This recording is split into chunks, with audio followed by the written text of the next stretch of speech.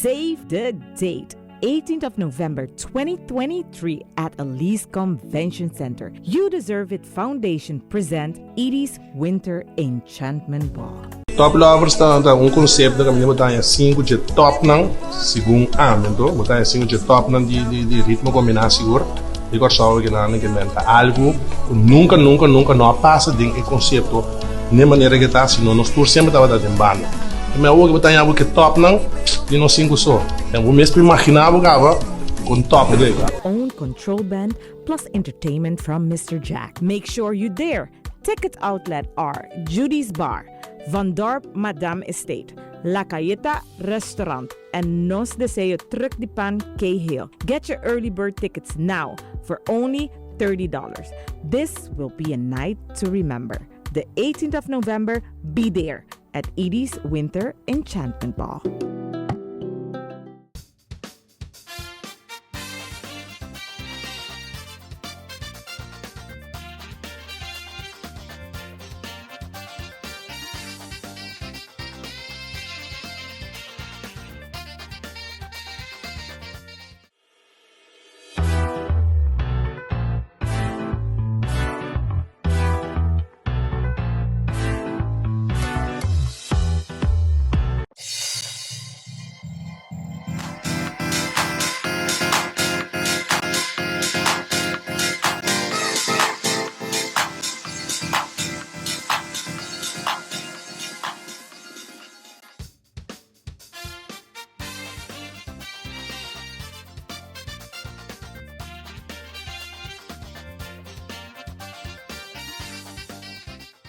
At SXM, we're taking travel and tourism to new heights.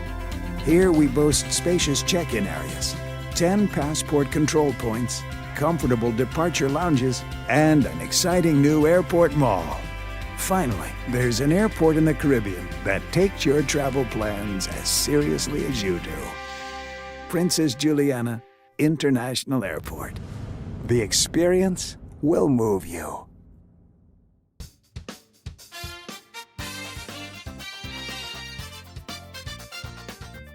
Welcome to the Late Night Show. Hope everything is okay with you. Of course, today, special edition of the Late Night Show, we are following the one and only USM candidate, and that is Dr. Anders Gracita Arnel, former Member of Parliament, also the first President of Parliament in 2010. So we have to say it's a second part, the second series. The first time she brought us to the zoo, and this time she is going through Front Street, Back Street, business in town, her plan if elected. So sit back, relax, and listen carefully. My name is Gracita R. Arundel, and I want to share my views, my concerns, but also the solutions that and the vision that I have for this great island of ours. Phillipsburg, Great Bay, that is what St. Martin is known for, a very diverse little town. This is the heart of our country, but regretfully we've seen over the past decade for sure that there is a stagnation in our beautiful nation where it concerns our city, our inner city. Phillipsburg or Great Bay is a very popular term for our city. Here we are, Great Bay. Now, the starting point is after Hurricane Irma. After Hurricane Irma, many businesses have been damaged and homes in Phillipsburg and surrounding. Since then, this is like 6-7 years after, we still have many businesses that are closed. In fact, in the down street, coming up to the center of the front street, there are 45 businesses that are still closed after Irma. And from the head of the town coming down, you still see a few buildings with shutters down and with signs for rent or for sale. Now, 2024 is a new year. A new year gives new hope. And it is time for us to refocus our energy and our vision to revamping, rebuilding, reconstructing and making St. Martin, and in this case, Phillipsburg, Great Bay, and surrounding areas beautiful again. How are we going to do that? We can do that in partnership. Everything that government does, everything that the new government will do is working together with the businesses, business owners of the different buildings in Front Street, Back Street, Cannegator Street, sit down with these persons in a public-private partnership and work out the best solution to make this island, to make this city beautiful again. The backdrop where I'm sitting at is the boardwalk, the very famous boardwalk. And we are now in November. November is high season. And what I understood in terms of the amount of cruise ships that are visiting our island for the month of November is 90. Again, don't take my word for it, but according to my information, about 90 cruise ships are visiting St. Martin for the season 2023, 2024, end of the year. So that's a great perspective. In fact, when we do our discussions, when we make our discussions with the business people, a couple of years ago compared to now, it has always been stated that we have a $1 billion economy. Great. If we have a $1 billion economy, where is the money going? Why do our streets and our businesses, our homes, our schools, our stadiums look so dilapidated? Why? That money has to be redirected with a government that really has a compassionate sense of governing, but definitely with a vision and with a strong plan in terms of the policies, projects, and programs that need to be implemented to make this city a vibrant, safe, and beautiful city again. How do we do that? Again, by making a plan and sit with the business owners, but also with the building owners. A lot of them are local owners. I mean, people may not know that, but if you don't sit and hear the views and see what solutions you can bring, then St. Martin will continue to deteriorate. Yes, we have visitors, thousands of them coming off a ship, but when they go back, what kind of an impression are they taking back home? Now, many people know my passion for this country. Many people know my views and what I would love to do to make this island beautiful again. No one person is a man on its own. While we have our vision and our ideas, it is always got to sit down in a group setting and have a strong party, have a strong group with persons who are committed to make this country beautiful again. When speaking to the different business owners, for example, the issues that they're very much concerned about is the high taxes, the fact that they cannot really fix their building in such a way to get good tax reductions and invest that money back into the buildings. That is one. Business owners and building owners are also concerned about the safety and security aspect of Phillipsburg or Great Bay and vicinity. Cleaner roads, better roads. I mean, anyone, when you drive through Phillipsburg, it's like you're on a ship, like those big ships that we have on the sea. This has to stop.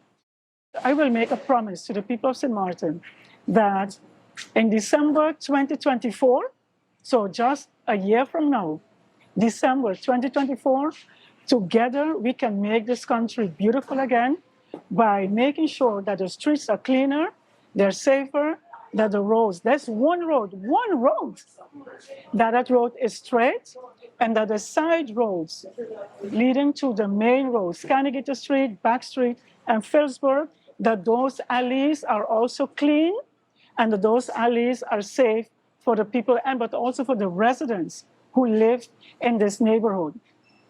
December 2024, it looks like a very long time, but 12, 13 months from now, you will see that difference. If you have committed people who are willing to sit with the business owners and owners of the buildings to change the direction of this country.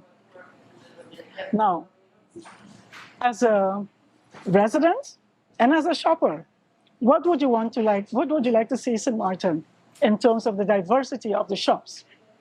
Remember the boardwalk. Those who are living here long enough, do you remember the boardwalk and the different controversies that ensued about building this beautiful boardwalk? Well, I was one of those persons who were there. I was in the Island Council at the time, and my stake, my position at the time, was not that we are against the boardwalk. No, we welcome it.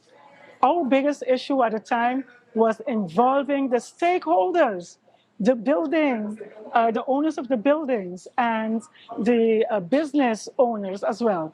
Involve them in the decision-making process. Involve the residents in the surrounding areas. Involve the police. So what I said at that time in terms of, if we don't do this right, we're going to have what we have today. And today meaning November 2021, where after 4:30 or 5 o'clock in the afternoon, the boardwalk is quiet. It is dead. Front Street is quiet. It is closed after 5. How is this possible? Our only city. Now, I understand that people are resilient and businesses are resilient. So what do? We shift to the Central Lake Colby area and to the French side. Nothing wrong with that, because it's good to have different hot spots and spots to go out. But it was never the intention for our city, Great Bay, Phillipsburg, to be desolate, to be dark and quiet after 5 o'clock in the afternoon. We do not deserve this, and we can do way, way better than that to make St. Martin beautiful again. So the safety aspect is very important. And, when you take a little trip down memory lane, we used to have millionaires, billionaires, affluent people, persons who are from the Caribbean, from the region, who would bring their kids, their families here to visit St. Martin. And they never saw security personnel with dogs outside. They never saw that. People had money and they felt safe. And the reason why I'm making an effort by saying that, there's a recent article that came out in a very well-known international magazine that ranked the safety aspect of the different Caribbean islands. And guess what? St. Martin wasn't mentioned. And I was like, how is that possible? Because I feel safe. I feel safe on my island.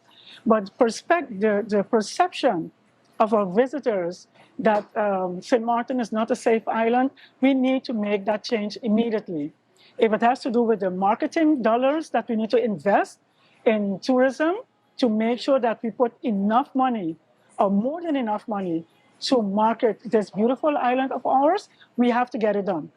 There's no ifs and buts about it, because there's so many businesses and families who are dependent on tourism. Okay, I understand, again, based on financial reports from international organizations, but also from the local organizations, that 80 cents out of $1 leaves St. Martin. $80 leaves. How are we going to get the funds to stay here, reinvest it here, create jobs here, give our young people an opportunity to work and have a family here, give senior citizens or persons who are physically handicapped, who want to do something extra in the tourism industry, they can have an opportunity to sit at a table and get part of that beautiful tourism dollar pie. How do we get that? Again, by sitting down with the stakeholders, with a plan, and execute that plan together with the stakeholders. I know we can do it. I love this place. I used to shop in Front Street on weekends. I used to really look forward to that. And for many years, I don't do that as often as I would like to. because you would want for your dollar to stay and be reinvested in St. Martin. But what's the issue? Diversification of our products. I mean, let's call a spade a spade. Where is the diversification of the products in Front Street, Back Street, Candidate Street, and surrounding areas? We keep seeing more and more of the same products. And you know what the result of that has been? When Irma hit, most of the shops closed down. Why? Because they were selling or peddling or pushing the same products like 300 other stores. That's what you get. You get cannibalism when you have too many of the same. And I'm a firm believer of having a diverse product, because with a diverse product, you have a diverse economy. With a diverse economy, you have a stronger economy. A stronger economy means more money in the coffers of government to reinvest into the roads, into the schools, into the library, into parks, into making the place safe, into police officers. I mean, you name it. That is what governing is all about. Governing is all about working together to make a better product, working together to make St. Martin resilient and strong. I mean, take a look. People, visitors love St. Martin. Let's be honest with ourselves. You think they love St. Martin more than you or I do? Really? I don't think so. But they will have a more enjoyable experience when they return to St. Martin a year from now and they see the difference. They see that the streets are nice and beautiful. They see that you have benches all over. They see that you have green spots. They see that we don't have security dogs with security guards anymore. You know, they could do a different job somewhere else. And like that, we enhance the visitor's experience because the streets are clean. And we have a diverse economy that gives good products, that sells good products that local residents would love to come out in the weekends and during the week and shop and help to support our economy. There's a catch to that.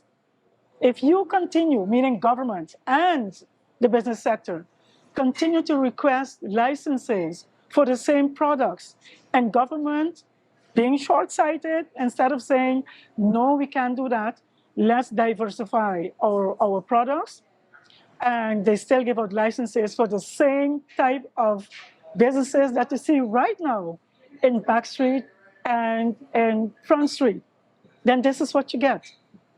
A half product, while we have a great product for ourselves, but definitely a great product for our visitors who come and spend their dollars on St. Martin. Now, Phillipsburg has many historic landmarks. You have the Methodist Church, we have the restaurant L'Escargot, and I'm so happy to see that L'Escargot is being remodeled, renovated. I'm so happy. Whoever took that decision, whether they are in government or whether it's the private sector, whoever took that decision, it's a great decision. I love it. Many, many historical meetings and dinners and lunches have been held at L'Escargot. The owners of L'Escargot did a great job until the husband, can't remember his name right now, until he passed away a couple of years ago. He was so supportive of our economy, and he really loved this country that he called home. So you have the Methodist Church, L'Escargot, you have the Conference Building, you have the former West Indian Tavern, which was turned into a guava berry emporium. Now that too is closed. You know, so there are different spots on St. Martin that we have preserved, that we need to support the businesses who want to preserve their buildings and turn it into a thriving building. Now we are sitting here at a location that is the Sea View Hotel. Sea View. And folks, if you have not been here yet, I encourage you to come out. This is what it means to have the courage and to have a vision to take a product and make it better. To take a product and make it better. So both locals and visitors alike are supporting this location.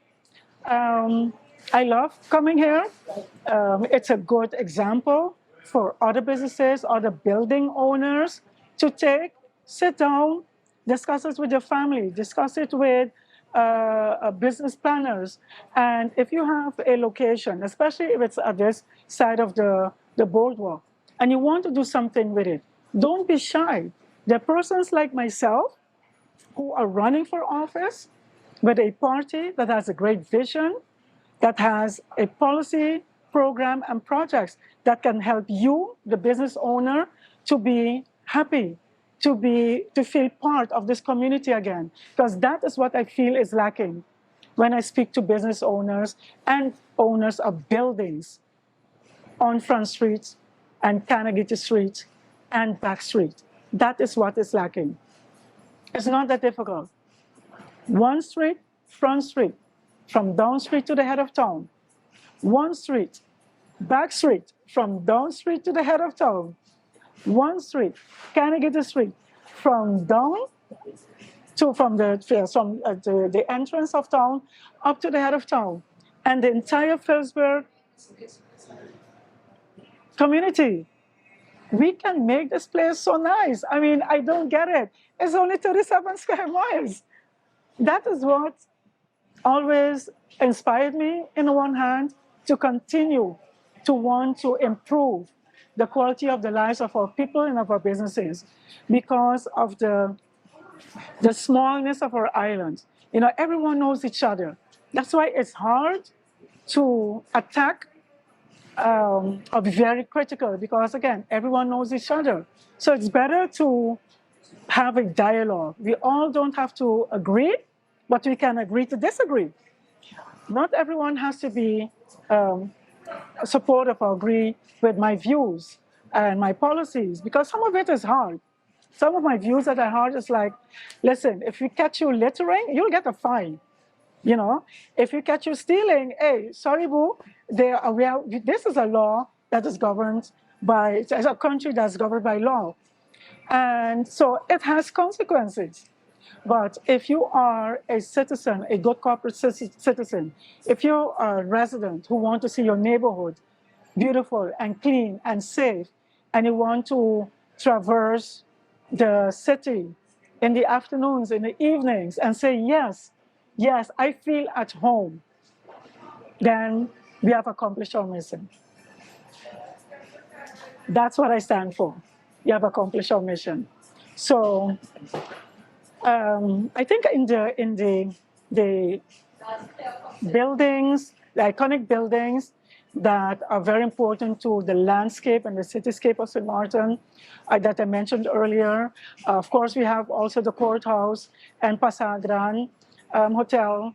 And if I've missed one or two, I think I mentioned almost all of them. Then that is very important for us to preserve these buildings, especially from the outside, even if you use it, the destinations for a shop or for a home, but preserve it outside, make it beautiful, make this island beautiful and vibrant. Now, a couple of days from now, is St. Martin's Day, right? November 11th, 2023. I encourage the business community, please show your love for this island. I know it's not easy, but show your love. Put out a flag. Welcome our visitors, welcome our residents. Put the St. Martin flag out on November 11th or in this entire week leading to November 11th. Appreciate this country. Love this country. Yes, things have not been easy. It hasn't been for most of the people of St. Martin. Just walk down street, over the bank, Fort William, in different areas in Connecticut Street. Just walk around and then take a longer drive around the island. And where you see poverty, where you see hardship, but still you see the smiles of people. Why? Because they're grateful. So if they know they have a city, a town, a Great Bay, a Phillipsburg, where they could take the families out for dinner, shopping, and just to come out and have a walk with your kids on the boardwalk, you know, if you can achieve that together, I think we can push this country way back to the top of the premier destination of visitors to St. Martin. And the next survey on that, in that international paper will be that St. Martin is the safest island in the region. St. Martin is the most beautiful island in the region, and the capital letter F of friendliness is right back at the forefront. Let's do this. St. Martin, let's be thankful, let's be grateful. We have a chance to change the narrative of this island, that we can't, to the narrative that yes, we can, to take a leaf from Obama's yes, we can slogan. Yes, we can do it. St. Martin is small and beautiful. I believe in this country. I will never give up. And I'm running for office together with a great group on the URSM slate under the leadership of Dr. Luc Mercelina. And with your help, with your support, I'm calling and I'm counting on the business community of Connecticut Street, Back Street, and Front Street. If you want to see that difference, you know what to do. Together, we can make St. Martin beautiful again. Thank you. Parliament right here would love nothing better than to say, let's allocate 10 million guilders towards helping our issues in social needs and so on. But how are we to do that when we have all of these conditions of, well, you can't get more liquidity, you need to cut, you need to do this.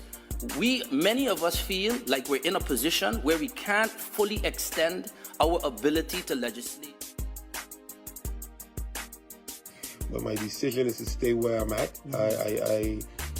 At the end of the day, the way that MP Rolando Bryson leads, he allows me to work. He gives me that freedom to work. It's not always a phone call of pressure or do this, do that, don't do this, and that's part of the reason that I'm able to produce. Any of the difficulties that this government faces today, I didn't sit down, do nothing, and have my staff write press releases. No, I got up and asked myself from opposition benches, what can I do? So I read my constitution, the one I swore to uphold, which gives us the rights to bring laws, to bring amendments, interpellation rights, inquiry rights. So we asked ourselves the questions at the time, what have we done? Regardless of... He has represented this country qua what is expected of a parliamentarian professionally, and I can align myself with that. Simply gone through a very difficult economic time and are simply asking of the tax department an opportunity to have a payment plan. And it seems that this is really done kind of like if they feel like how you talk to them, it's extreme.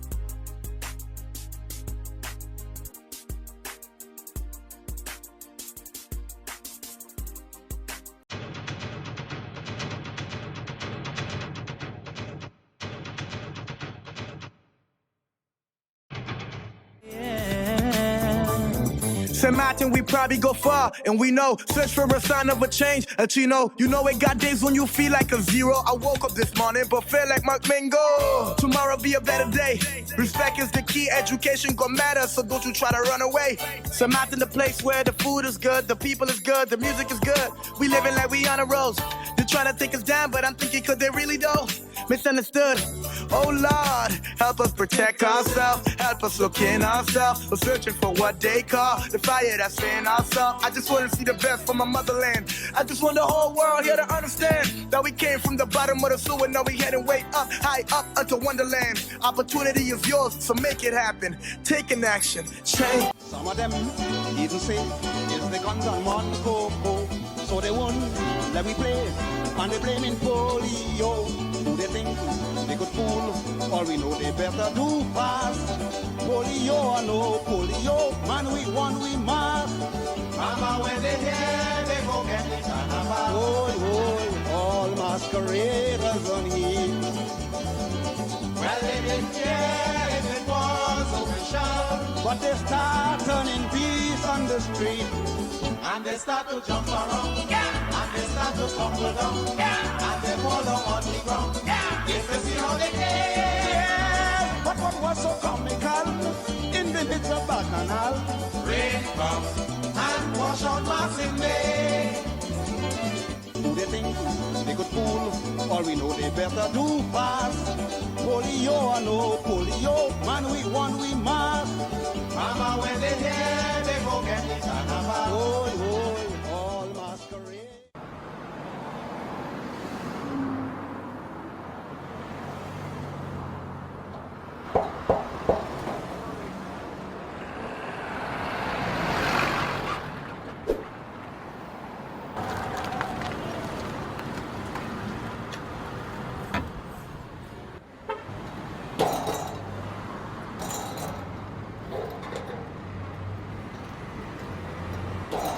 Qu'est-ce que tu fais là? Qu'est-ce que tu fais là? But sorry, no sir.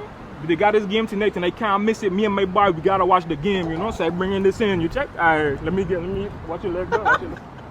Sir, sorry. Why so difficult? Look, I'm watching TV here on my phone with the Tell TV Plus app. You really gotta upgrade.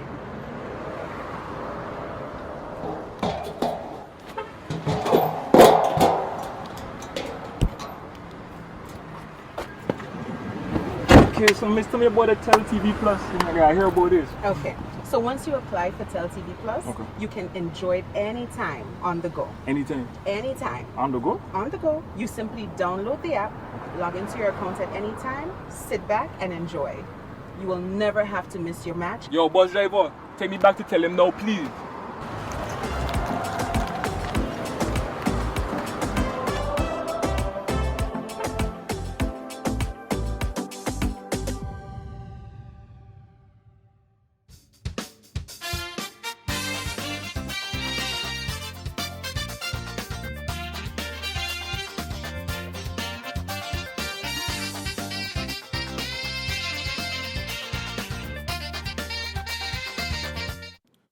Thank you, Rolika.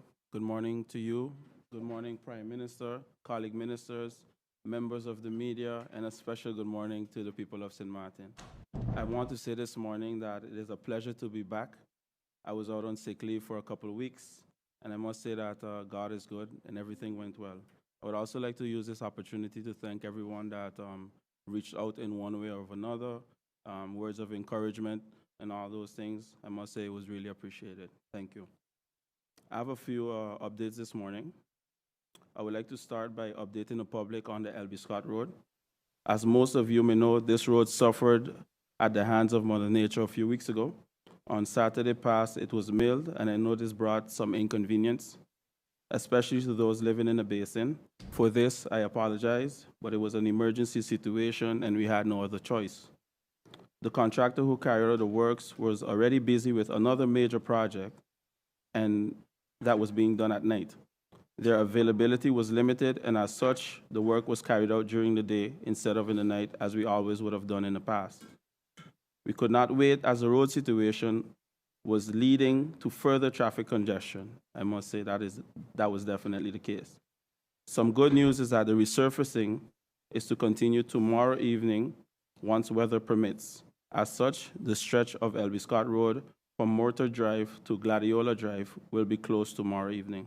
The closure is scheduled to commence at 7:30 and conclude at 5 a.m. the following morning. For further details, please see our Facebook page and the government Facebook page as well to follow the details on that work that will be carried out. We also met this week with contractors who are able to carry out road repair work. This was an open invitation so that we could ascertain which companies have the manpower and resources to carry out these works. It is the ministry's intention to continue fixing as much of the damaged road infrastructure as possible. As we put our plans into action, we will send out notifications so that everyone can be prepared. While we always try to minimize the disruption of the traffic. The reality is that sometimes we have to make certain decisions that can cause that. Also, this morning, the staff of the ministry is currently in Dutch Quarter at the emergency homes carrying out the repairs to the road network there as well. In regards to Prince Bernard Bridge, I would like to inform the public that the Prince Bernard Bridge will be closed later this evening. This closure was originally scheduled for October 29th and was rescheduled for today, Wednesday, November 8th, from 8 p.m. to 12 a.m. We ask motorists to take note and exercise caution while driving in the area this evening. In regards to ERFPAC, last month we achieved another milestone in the ministry by recording a record high in ERFPAC collection. This goes to show that people are complying and understanding the importance of making these payments. We expect by the end of this year that we would have collected an estimated 9 million guilders. I want to say thank you to those who have done their duty and made these payments. I also want to encourage those who have not made contact with the ministry to get their outstanding amounts payment made so that we can avoid any inconvenience. I also want to especially thank the department. Although undermanned and understaffed with resources, they were able to push forward and do what they had to do.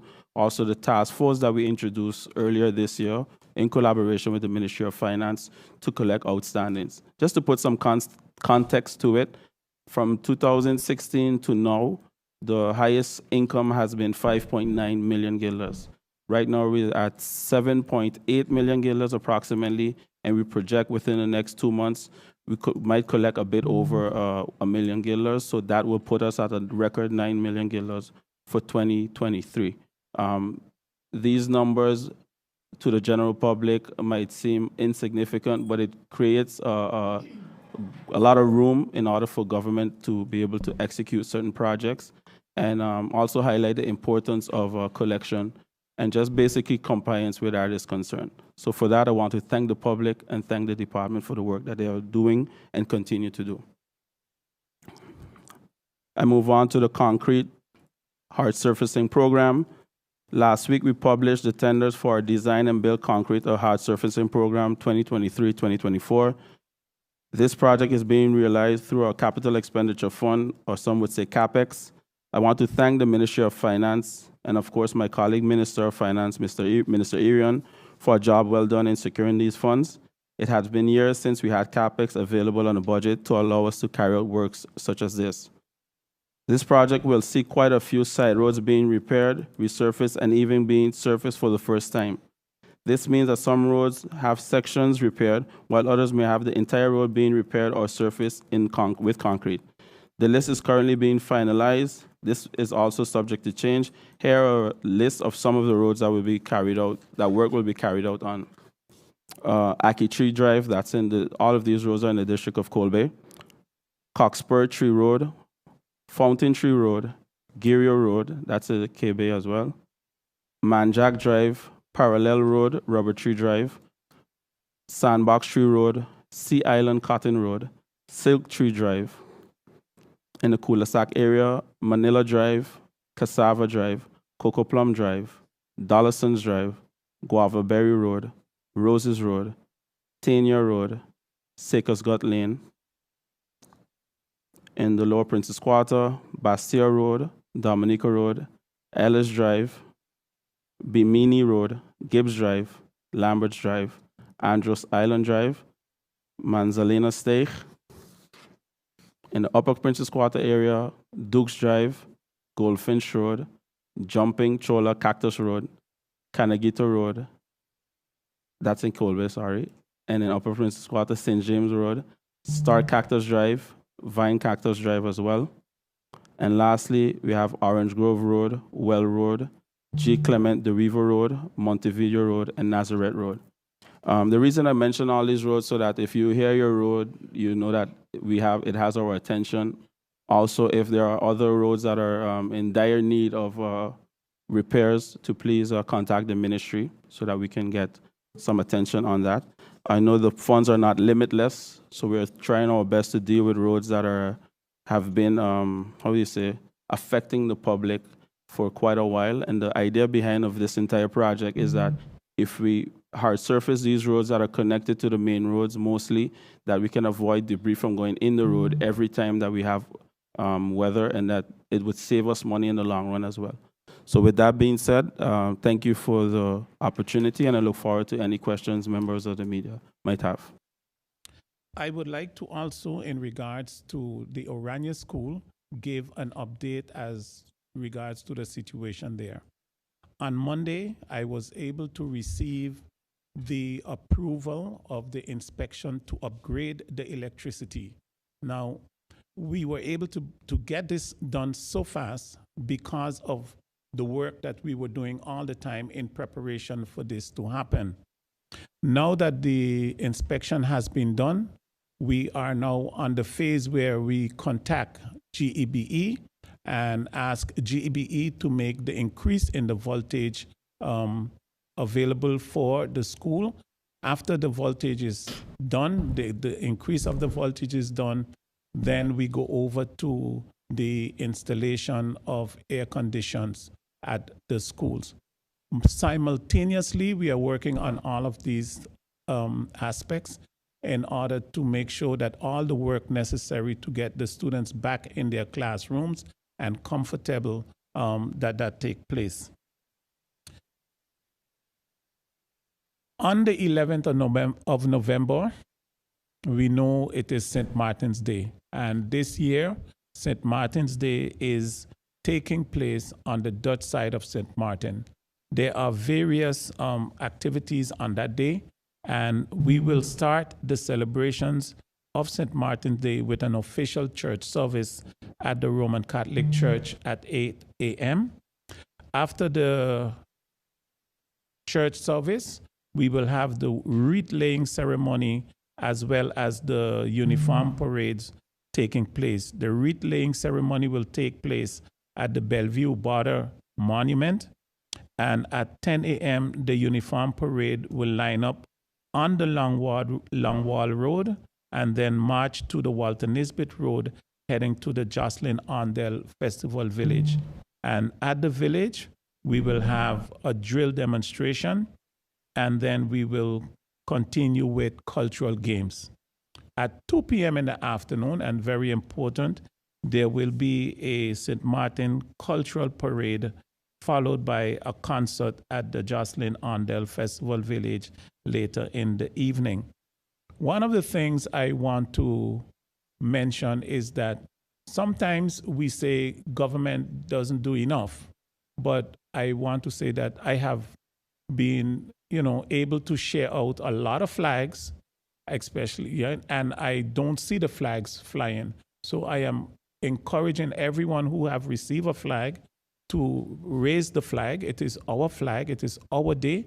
And I don't think, as the Minister of Culture, I have to remind people to observe your own day and to honor your own flag. And those persons who do not have a flag, we all know where the most flags are sold on the island. So I'm encouraging the people of St. Martin to wear the flags and show our,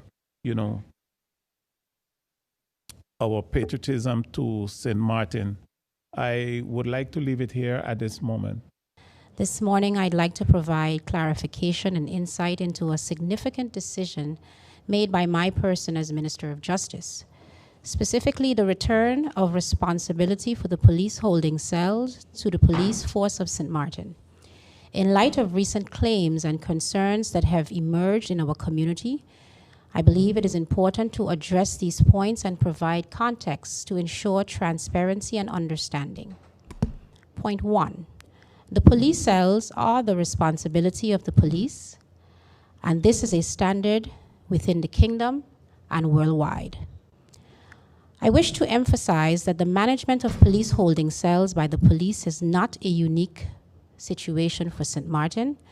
This practice is standard not only within our kingdom, but also globally.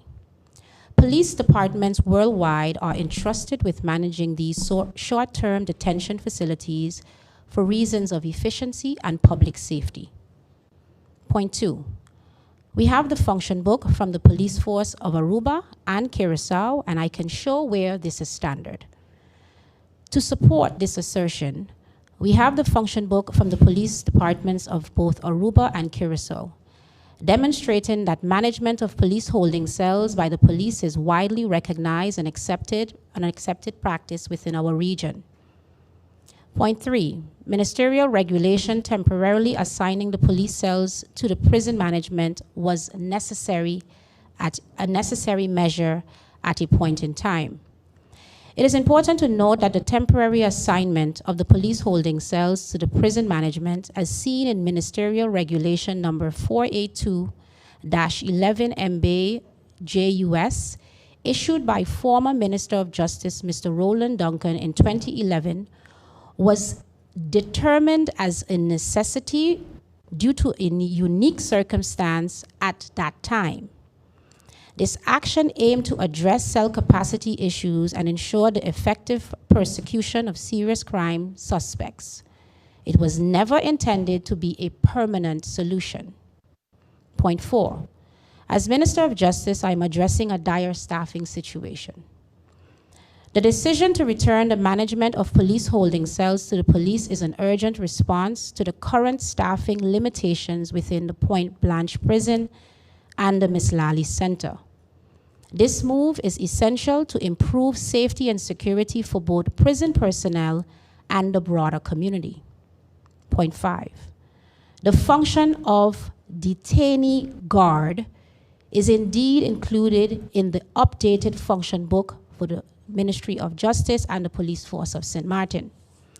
Claims that the position of detainee guard is missing from the approved function book are factually incorrect. The function book updated by Versant, which is a certified FUA institution or service line here on St. Martin, has included this position, and it is crucial to clarify this to avoid misinformation.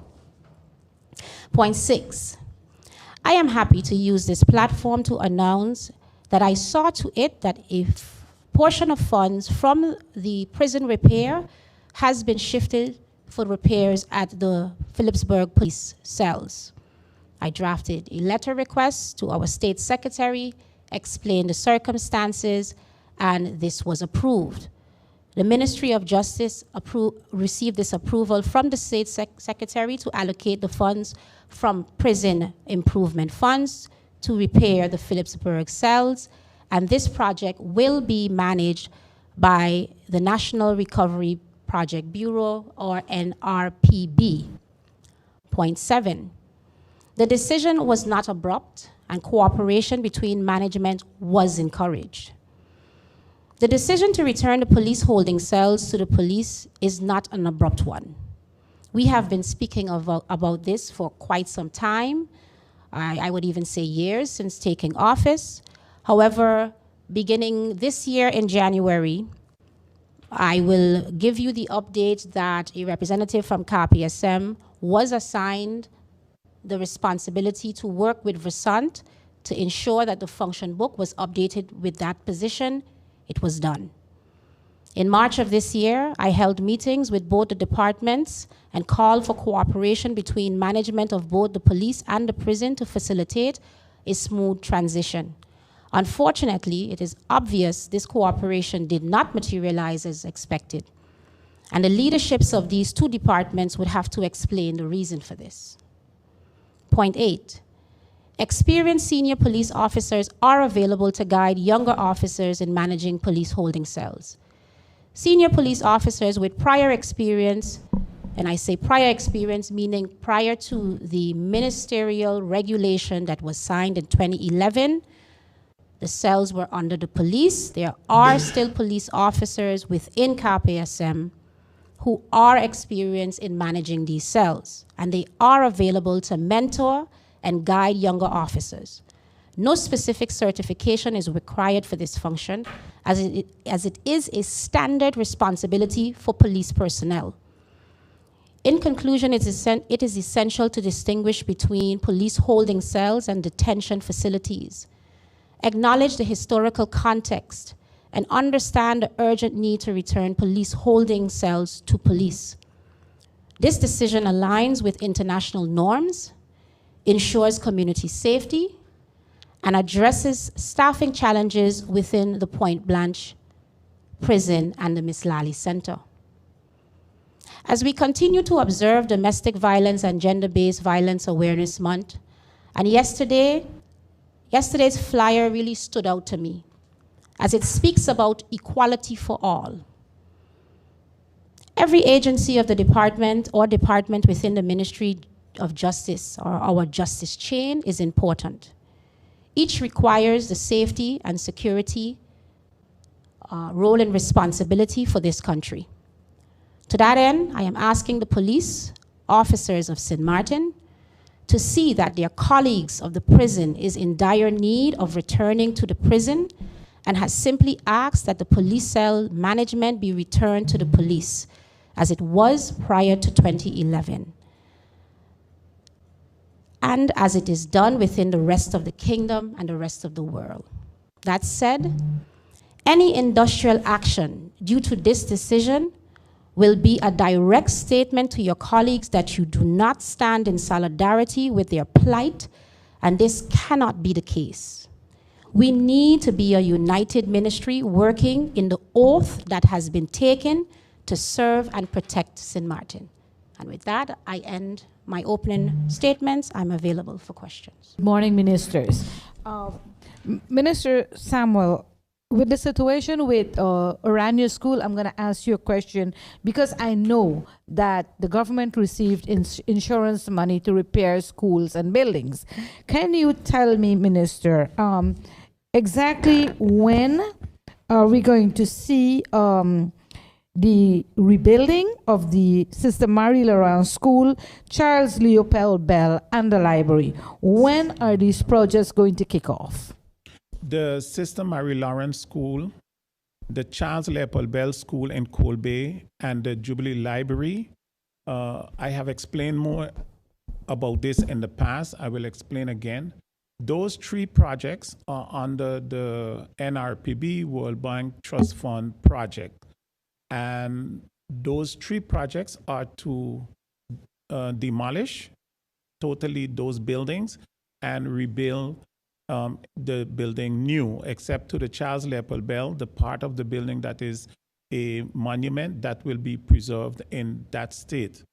Now, speaking with NRPB World Bank June last year and this year, they have indicated that the three projects are slated to start in 2024.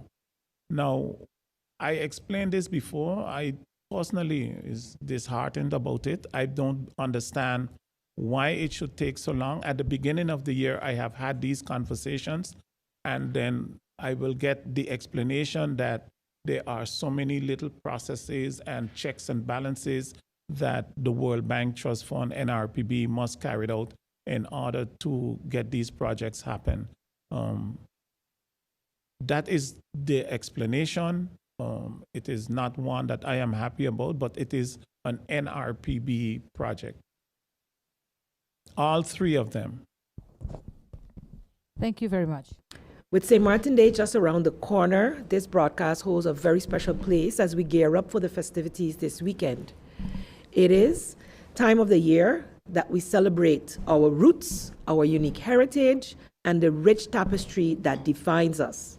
This year's theme, building home, building community, building a nation, can ring true throughout the year, like a beacon of hope calling for the unity of our people, and of course, follows up from our recognition as the unity flag that defines us as one island, one people, one culture. The jollification season, as was mentioned before, is upon us, and it is a call for everyone to come together. Let's all put our hands together, put our shoulders together, and join in the unity while reveling in our shared culture. The Minister of Education, Culture, Youth, and Sport has already laid out in his opening remarks all of the activities that would take place today, but I would really like to encourage the people of St. Martin that these celebrations are for us. come out, because I know over the many years I have been, even as a teacher, hearing St. Martin has no culture. Over the past years, we have been seeing a wide array and display of our culture as one island, one people. And last year's celebration on the Friend side is continuing this year on the Dutch side, and we will continue to grow it. We're very happy to have our cultural parade back on track for this year, and I know many have already signed up and have their costumes ready. So do not miss out on this opportunity to celebrate our identity, our unity, and creativity, because there will be music, there will be food, there will be dances, there will be everything, the games, especially for the younger ones who have never experienced them. Bring your children out, wear your national colors as well as your unity colors, and come out there. I know many creatives have created special shirts for this event as well. So those who don't have cultural wear, you know, the national dress in terms of t-shirts representing our flags is always a welcome sight on that day and in all of the days leading up. I would like to encourage persons also to fly your flags high. And our flag protocol requires that it is St. Martin Day we're celebrating. So you don't need to identify where you were born, if that is the case, on your car. That is only when you're celebrating that day that you have to put St. Martin's flag as well. So the St. Martin flag or the Unity flag are the flags that we should be seeing flying high on the cars, on your residences, businesses. Go all out, decorate, just like every other country does during this special time of the year. And especially since 10/10/23, we have been promoting that. So I would have hoped to see more colors displayed within our city, within our neighborhoods. And I hope to one day that we can reach to a competition to see which neighborhood would do a grander job of celebrating our cultural heritage on this day. So as Minister mentioned, we start from very early in the morning with the services. Don't forget the Round the Island relay race. This is another unity race where youth, adults, and clubs take part in this very competitive event. And of course, all of the other events that are celebrated on St. Martin Day, on pre-St. Martin Day, and throughout the weekend. Also, I'm asking you to be safe, to ensure that you look out for your fellow man as well. See you on St. Martin Day as we celebrate. Also, hats off to our Special Olympics team for their incredible performance at the Special Olympics Kingdom Games in 2023 in Bonaire. They returned this week and have come back with medals. Their hard work and determination, of course, their pure grit shone brightly and makes St. Martin proud. We are super proud of them, and I can attest to having spoken to quite a few of them while walking around in the streets of Soccer Garden last Monday. And especially Willamine, I want to shout her out. She is super excited and she's very happy to represent St. Martin wherever she goes. And one other leader of the young people or the people, special needs athletes, was like there needs to be more activities that highlight their abilities, because, you know, to focus on what they're not able to do, of course, is one thing, but focusing on what they are able to do. And I commend those foundations that do that, such as Enable. So congratulations on your exceptional achievements. Once again, you are true champions for St. Martin. That is it for the late night show. Thank you so much for watching. Until tomorrow, do have a safe and pleasant one. Bye-bye.